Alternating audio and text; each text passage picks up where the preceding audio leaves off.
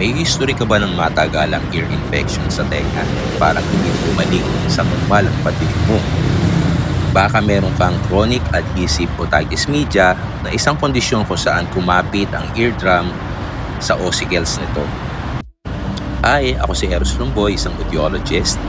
Sa video na ito, tatalakayin natin kung paano nagkakaroon ng adhesive otitis media at bakit mahalagang maagapan ito bago tuluyang masira ang pandinig. Kung gusto mo ng ganitong mga health tips para sa tenga at boses, i-like ang video na ito at mag-subscribe sa aming channel. Ano ang chronic adhesive otitis media? Isa itong komplikasyon ng matagalang middle ear infection kung saan ang eardrum ay dumidikit sa likod ng bahagi ng tenga dahil sa kawalan ng normal na pressure or dahil sa chronic inflammation. Yung itsura ng eardrum natin ay parang nakapaloob sa middle ear space na kung saan parang wala itong suporta sa likod. Ano-ano ba ang mga simptomas ng chronic adhesive otitis media? Siyempre, paghina ng pandinig. Pangalawa, parang may vacuum o kulog na pakiramdam sa tenga.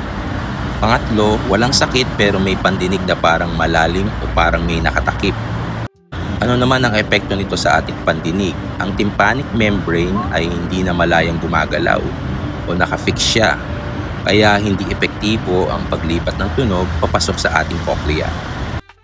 Pag hindi natin ito ginamot, pwede itong mauwi sa tinatawag nating permanent conductive hearing loss.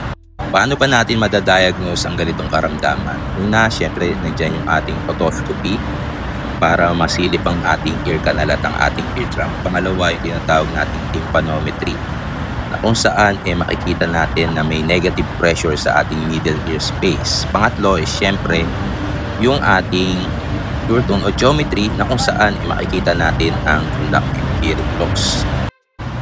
Management ng chronic adhesive otitis media, obserbahan muna natin kung hindi pa siya malala. Pangalawa, syempre gagamitan natin ng ventilation tube. Pangatlo, kung hindi na maibabalik yung function ng ating eardrum, magsusot na tayo ng hearing aids. Kung nakatulong ako sa inyong problema, please visit our website sa www.eroslomboy.com. Alamin din ang aming mga catalog. Meron tayong mga hip Bluetooth devices, hearing aids, hearing implants, vocal implants at marami pang iba. Pwede ka na rin mag-fill up ng ating patient's form na makikita sa baba.